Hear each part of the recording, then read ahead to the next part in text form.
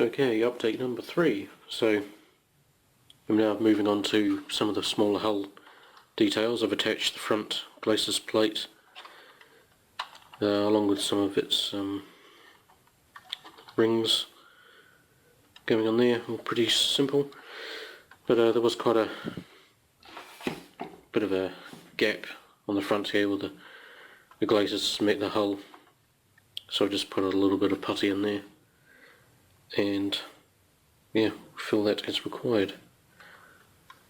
And then onto the upper hull, so I've had to stick in some periscopes on the hatch here.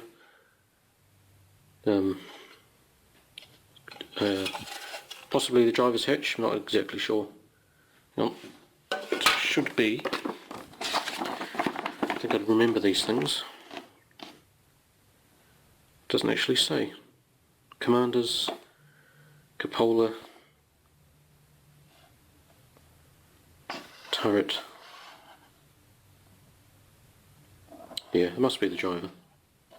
I could be wrong, but never mind. But it's kind of surprising that there isn't clear parts for this kit. So it's a bit of a shame, but yeah, they'll just be painted black or dark blue. And yeah, so next part, onto the gun. Right, so that's the gun pretty much done. The actual gun itself, the barrel itself, was all just moulded in one piece. It's not the two halves that you usually find in tank kits, so there's no seam line to have to worry about. There's a few sprue notches and mould lines to have to sand away, but yeah, overall it's just one solid piece. And then the muzzle brake at the end was two halves stuck together there. And yeah, so it's quite an interesting socket for the gun in the hull. So you got this sort of ball joint here which attaches to the inside of the hull, and that allows the up and down and the tabs on the side allow the left and right. So that goes behind here, line the tabs up, and yeah, so there's your ball socket there for the gun, and then the mantlet goes in front, and then the gun slots in there, which allows movement.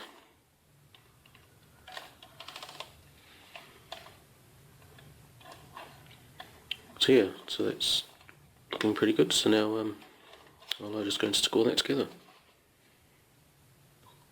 Okay, there we go, the gun is done. So not quite glued in place yet, but it's sitting in there and we've got full movement. I'll glue that in there once I've let all of this set. But yeah, so I've also attached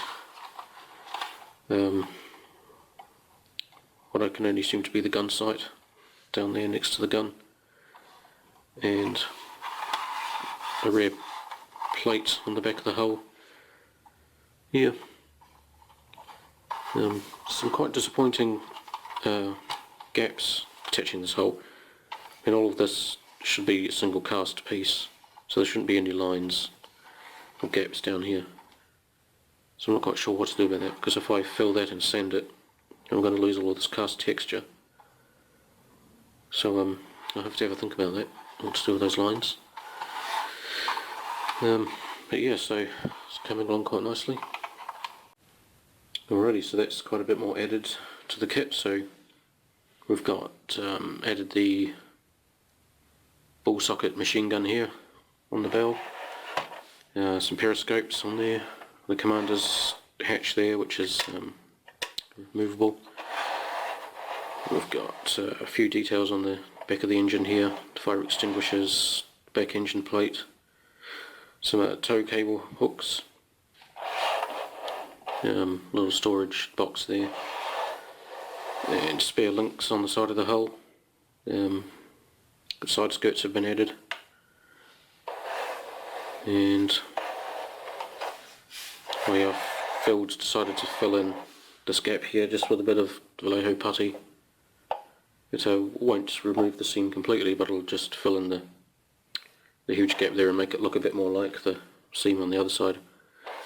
Once it's primed, I'll reassess what the gap looks like, and if it still looks terrible, then I'll do something about it.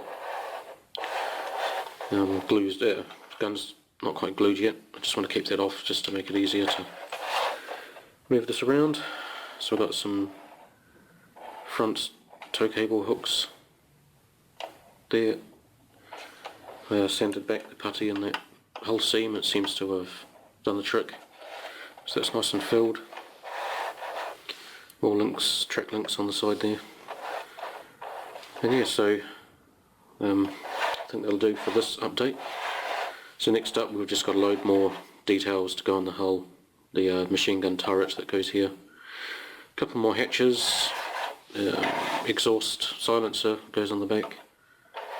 A few more bits and bobs. But yeah, so hopefully by the next update it'll be ready for priming and painting. So stay tuned, and thanks for watching, and I'll catch you next time.